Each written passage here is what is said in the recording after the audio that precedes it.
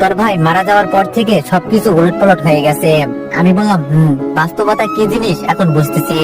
আইমান বলল তোর ভাবি কেমন আছে? আমি বললাম ভাবি না, বউ আমার। আইমান বলল বউ মানে? আমি বললাম ভাবির সাথে আব্বা আমারে বিয়ে দিছে। আইমান বলল কি, কখন? আমাকে তো কিছুই বলিসনি। আমি পুরো ঘটনা শেয়ার করলাম। আইমান বলল এত কিছু হয়ে গেছে অথচ আমাকে কিছুই জানালি না। আমি বললাম সরি দোস্ত, বলার মতো তেমন সুযোগ ছিল না। আইমান বললাম তো অবন্তীর জন্য তো এটা প্লাস পয়েন্ট, তবুও তোকে মেনে নিচ্ছে না কেন? আমি বললাম জানি না রে, হয়তো আমি ওর যোগ্য নই। আইমান বলল তো এখন কি করবি? আমি বললাম কি আর করা, এভাবেই দিন যাবে।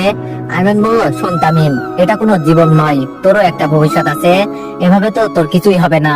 আমি বললাম তো এখন কি করতাম? আইমান বলল অবন্তীর সাথে কথা বলে সবকিছু ঠিকঠাক কর। আমি বললাম কোনো লাভ হবে না, ও আমাকে মেনে নিতে পারবে না। আইমান বলল না নিলে ডিভোর্স দিয়ে দে, অন্য কোথাও বিয়ে হলে তখন ঠেলা বুঝবে। আমি বললাম দূর, তুই পাগল নাকি?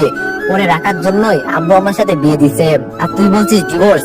আইমান বলল ভালো তো, তাহলে সারা জীবন সিঙ্গেল থাক, ভাবি আর দেবরের মতো জীবন কাটাম। শোন ভাই, জীবন অনেক কঠিন, সেটা তুই আমার থেকে ভালো জানিস।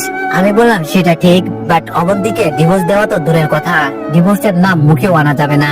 আইমান বলল দেখ, যা করবি ভেবে চিন্তা কর, আবেগ দিয়ে জীবন চলে না। আব্বা কি বললো, আম্মা কি বললো, এগুলোর দিকে না কান দিয়ে নিজের মন কি বলে সেটা দেখ। তোর লাইফ তোকে হ্যান্ডেল করতে হবে। আমি বললাম ঠিক। আইমান বলল তুই একটা কাজ কর। আমি বললাম কি?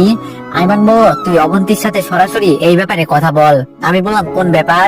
আইমান বলল তোকে স্বামী হিসাবে মেনে নিবে নাকি নিবে না সেটা। যদি না মেনে নিবে বলে, তাহলে তুইও অবন্তীকে বলে দিবি যে তুই ওরে ডিভোর্স দিয়ে দিবি। আমি বললাম এটা কি করে হয়? আইমান বলল সব হয়, তুই কথা বল। আমি বললাম এখন না, পরীক্ষাটা শেষ হোক তারপর। আইমান বলল আচ্ছা ঠিক আছে।